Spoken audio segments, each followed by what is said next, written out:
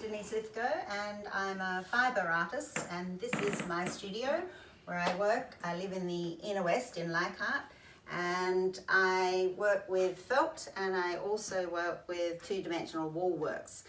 With the felt works I work in sculpture, doing three-dimensional and two-dimensional pictures, and I'm going to take you through the process of how I do some of these things. So the first thing I'm going to talk about is my two-dimensional works and how I work with that. So my palette is fabric, and what I do is have lots of different fabrics in colour lots. So this would be my yellow and brown colour pattern, and I have reds and blues and all different things. And it's very similar to the way of working with paint, and what you're doing is putting down your colours and working with the palette. So I'm going to do a wool piece which is this size. So I start with a template, the size that I want, or a little bit bigger because it does shrink with the machine stitching. So the process is using fabric that I've dyed. This fabric here I've dyed with mud. So you get the lovely ochres and the colours, and you leave it for 6 months and then you can use it. This is about 12 months. And I got the fabric when I was up in Arkaroola, when we were teaching up in Arkaroola. So the next process, I have an idea in my head of what I'm going to do. So I just work from my imagination, and my work is based on the landscape. So I always work with the landscape in mind. So this piece I'm going to do a waterfall on the side and trees on this side. It's going to be semi-abstract. That's the way that I usually work, is with a bit of abstraction, but with reference to the landscape. So the template I would put underneath that size so that I can see, you know, how much space I need with the work. And then I'll use things like paper that I've painted onto, use a heat gun on that, and that will bubble it and give the effect of rocks and processes like that. This fabric I've dyed, you may want to come in closer to this. I've dyed it using eco dyeing, so it's got the gum leaves and different leaves on it, and I can use some of those in the process as well. And then to me, I'll work out different bits of fabric, and then I free machine stitch them onto the fabric. So I can show you a piece here that I've already finished. So this piece is called A Country Garden, and it's building up the layers, working with the fabric, and then free machine stitching. So I'll just stitch into the work. And I like to include different aspects. So with this one I've got a magpie, which is something that I like to use, trees, but just sort of it all comes together, right? It's a nice process of working. So what I can do is just quickly show you on my machine the process. So this is a piece that I have that is felt, and then I've done it out in the landscape itself and felted it, and then I've hand stitched. So when we travel, we go out doing workshops out in the country quite often, and so I'll always take my hand stitching and do some of that with it as well. And then what I'll do is put it under the machine, and I control the movement of the piece.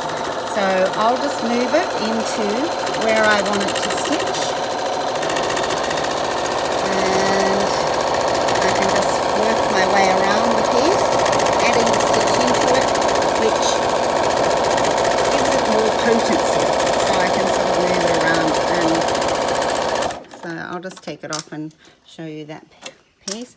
And this piece I'll just keep working, you know, on it. So I've just added more design into it on the bottom, with the landscape and the rocks, the hills, and then this will be sky. So it's still abstract, but it gives a sense of the landscape as well.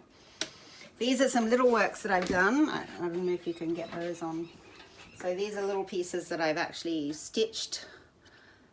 And so machine stitching and hand stitching, which I use in my work quite often. So that sort of gives you a run through of my two-dimensional works. The other work I do is felting, and that's one of my main loves, is felting. I came off of a merino sheep station in South Australia, and so that's where my love of wool came from. We grew up doing, you know, knitting and spinning, all those things that you were taught in the country, and having the merino fleece was fabulous because I love the feel of it. I love going down to the shearing sheds and being a part of that process. So if you come over here, I can show you some of the wools that I've got. This is actually the raw fleece. So this is actually off our property. So this is from, you can still see the little burrs and vegetation in it. So with the raw fleece, what I do then is I will hand wash it in really hot soapy water, and then it comes out this color. So this is from this fleece, and it's come out nice and light and soft. And then the next process after that, so we go from the paddock, you know, to the pallet really, is I then dye it once I've done that, or I'll card it first so that it all goes in the one direction. And this is a piece that I've already carded. So it's all going in the one direction, and then I dye it. So this I've used native plants, which is what I use quite often, and this would have been a moonlight grevillea plant. So a lot of plants that I've used. This is, I've got a Nikolai gum in my front tree, or eucalypt, and this comes from that eucalypt, and it's all being carded. So once I dye it, then I will recard it again. So my carding machine is just here, and with the carding machine, it's a process of putting the wool in and feeding it into these machines here, and it will make it go in the one direction. So it will just go in the one direction, except I need to put my little rubber on for the right spindle there. And then it will feed through and come out onto, this is lots of little bits of wire, and then we can take it off here. When this gets filled up with the wool, I will take that off, and it will end up looking like this. But I would do that again because it just keeps the wool going in one direction and gets rid of any excess vegetation that might still be in the wool. There's a little bit in there still, see. So once I've carded it, then I can start working with it on my table. Once I've dyed it, I can dye silk as well, and pieces of fabric that I might use. So this one, I've put it all into the same dye lot. This is lace that I put in, different silk that I put in, and the wool. So the first dye lot will give you a strong colour, and the second dye lot you can use will give you a softer colour. So you get two different colours from the one dyeing. And then I'll lay the fleece out in the staple length. So wool has a staple length, so when you pull the wool off, this is the staple length of the wool. This is merino wool. You can use lots of different wool, but we're very lucky in Australia to have merino wool, and that works really, really well for felting. So you'll lay it out in different directions, and then you come up with something like this. So this is a vessel, three-dimensional vessel that I'm working on. So I've done the actual felting, and I use a template which goes on the inside, and then I wrap the wool the whole way around it, and that gives you the three-dimensional piece. And then I've added different yarns and different dyes. You can see these are all being dyed using native plants, and I love that process as well. On the inside it's just the white wool, if you can see in there. I'll bring it a bit closer maybe. So that's just the white wool, and then on the outside is the design as well.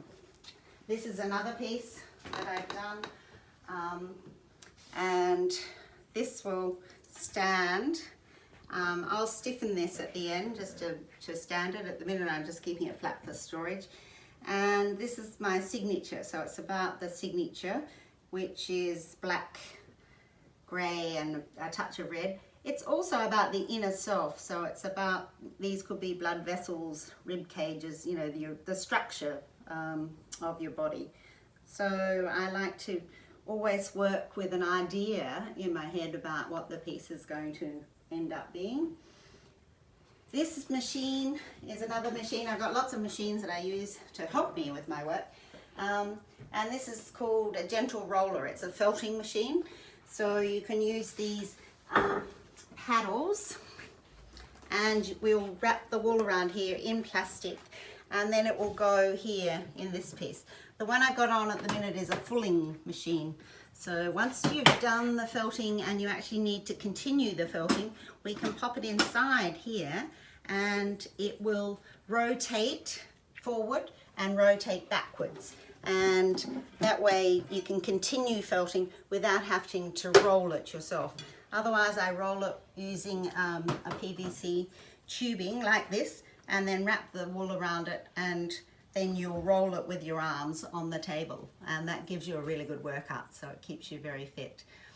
There's a piece over here on there which I've just done, and that's in an international exhibition online in the UK at the minute, and it was called Kaleidoscope. So that one I've used some hand dyed wool and also commercial dyed wool, but it's all merino wool. I get a lot of wool given to me from people that have hobby farms, and that's great, but then I do all this preparation of the wool before I start. So it's a long process. Felting is one of the oldest processes in the world in textiles, and it was one of those wow moments when I started doing it. I just went, oh, this is exactly what I want to do. So to me, I love doing that, and I love combining it with the stitch, with the free machine stitching. That works really well. So I exhibit internationally and all over Australia, and I teach workshops as well, so in the felting. So that keeps me very busy, and I'm always working in my studio. I love it. So it's been fabulous to talk to you. Thank you very much.